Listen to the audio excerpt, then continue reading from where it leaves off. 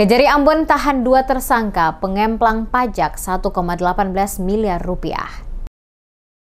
Kejaksaan Negeri atau Kejari Ambon Maluku menahan 2 tersangka kasus dugaan pengemplangan pajak senilai 1,18 miliar rupiah. Keduanya adalah AB, Wakil Direktur CV Titian Hijrah, dan HS, Direktur Utama PT Tanjung Alam Sentosa. Penahanan dilakukan setelah penuntut umum Kejati Maluku dan Kejaksaan Negeri Ambon menerima pelimpahan berkas perkara tahap 2 dari penyidik PPNS, Direktorat Jenderal Pajak atau DJP Wilayah Papua, Papua Barat dan Maluku di kantor Kejaksaan Negeri Ambon pada Kamis 8 Mei siang.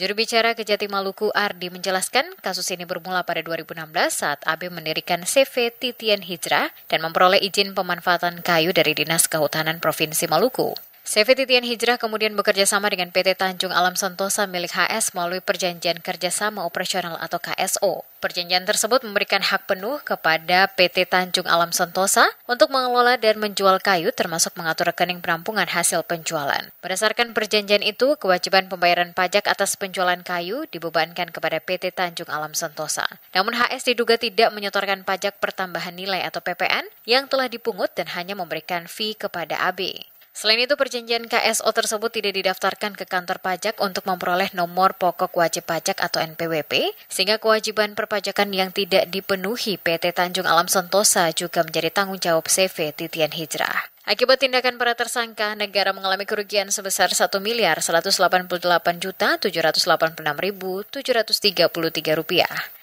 Ardi menegaskan, penahanan dilakukan untuk mencegah para tersangka melarikan diri, merusak atau menghilangkan barang bukti, serta mengulangi tindak pidana. Sebagaimana diatur dalam Pasal 21 Ayat 1 Undang-Undang Nomor 8 Tahun 1981 tentang Hukum Acara Pidana. Berdasarkan surat perintah penahanan Kepala Kejaksaan Negeri Ambon, kedua tersangka ditahan di Rumah Tahanan Negeri atau Rutan Kelas 2A Ambon selama 20 hari, terhitung sejak 8 Mei hingga 27 Mei 2025.